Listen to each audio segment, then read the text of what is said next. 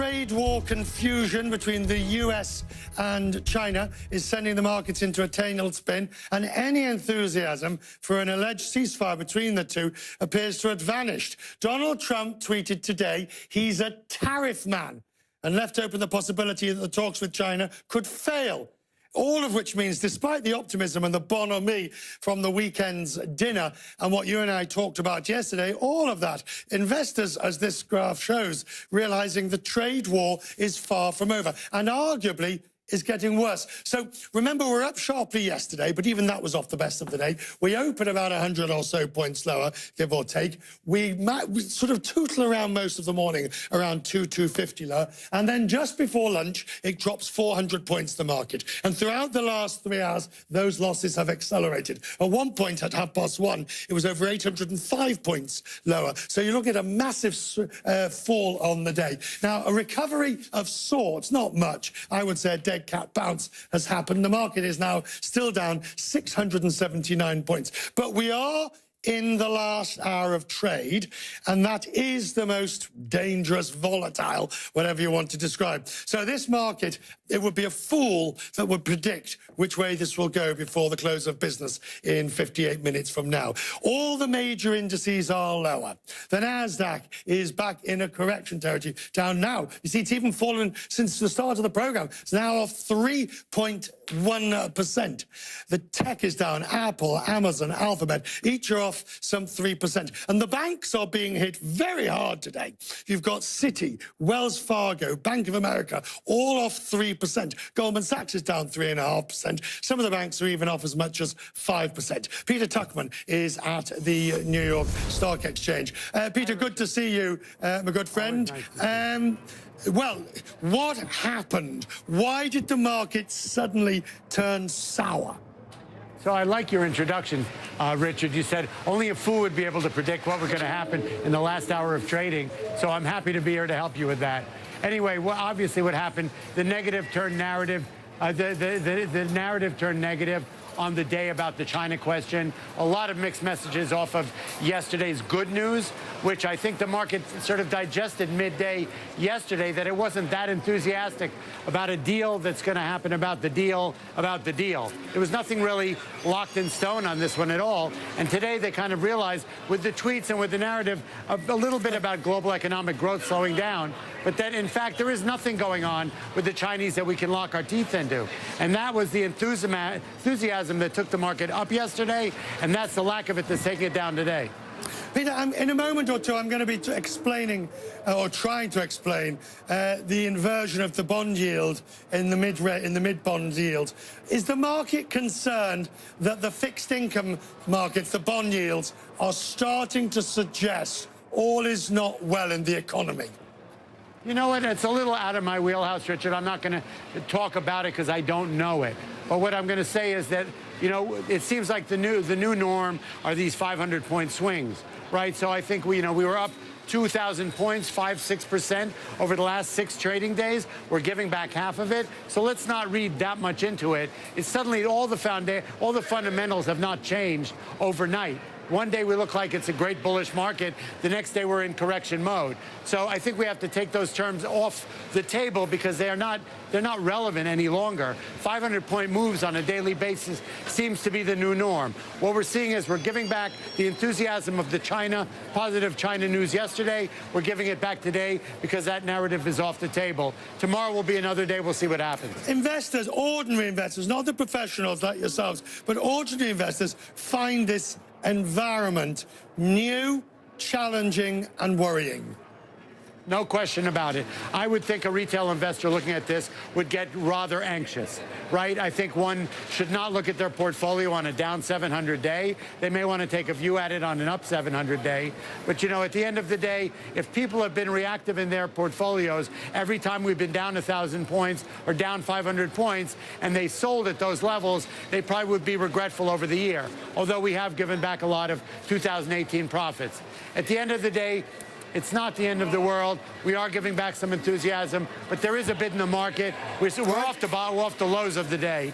Let's see what happens. I am not the fool who's going to predict the end of the last hour of trading, Richard, even though you want me to. You're right, I do, but there's no fall like an old fool, and I'll join you in that one as well. Good to see you. Peter Tuchman at the Exchange. We were talking there about the yields. Now, the market holding its own around here. Investors are anxiously watching for what might happen next, particularly when it comes to economic growth and a harbinger of recession. And Monday's closing numbers, the so-called yield on the US 5-year bond fell below the yield on the 3-year bond. So we have a so-called inversion. Bear with me as I explain, because you and I feel, are going to be talking about inversions for some time to come. The yield curve across all instruments should look like this.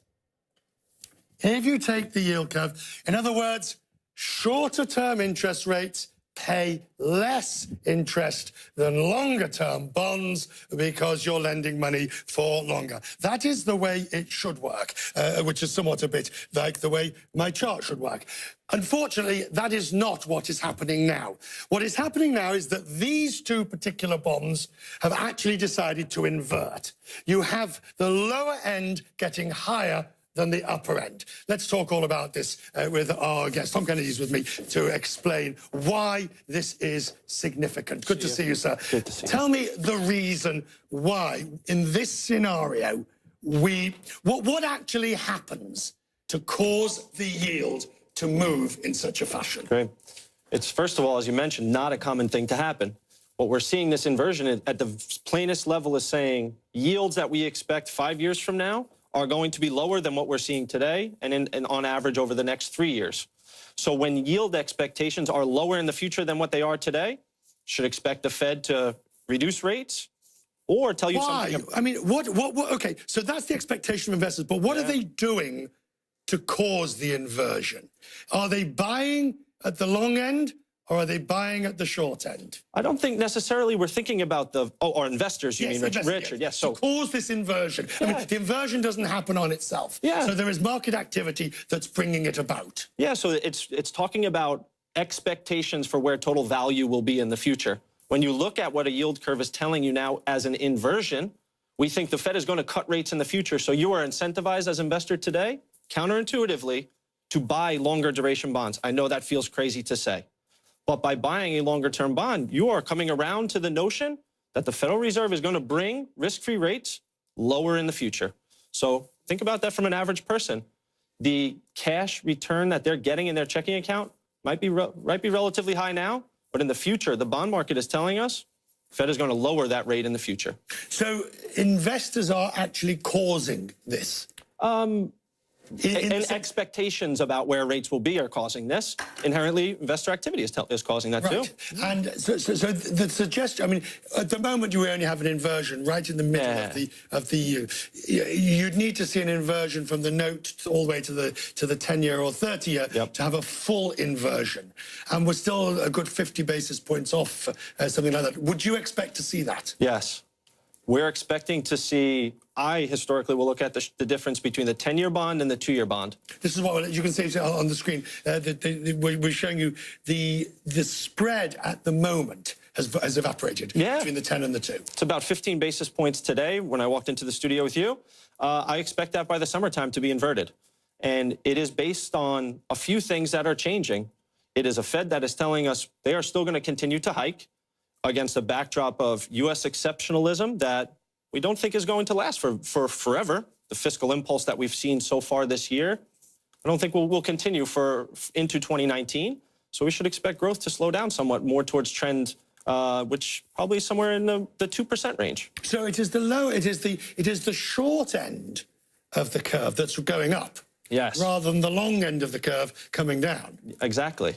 The Fed is telling us they're going to continue to hike that Fed funds rate, so the 2-year rate will continue to rise, yet the 10-year rate, which proxies something like growth, is going to stay somewhat anchored. Now to the old canard that everybody says. Every recession has an inversion, but not every inversion leads to a recession. It is perverse to be talking about recession when the growth forecasts for next year are 2 to 3%, 2.7. I mean, I think your own bank has a 2.7 to 3%. Yep. You're right to call out. This is the indicator that often leads to you thinking there's going to be more recessions than you actually see.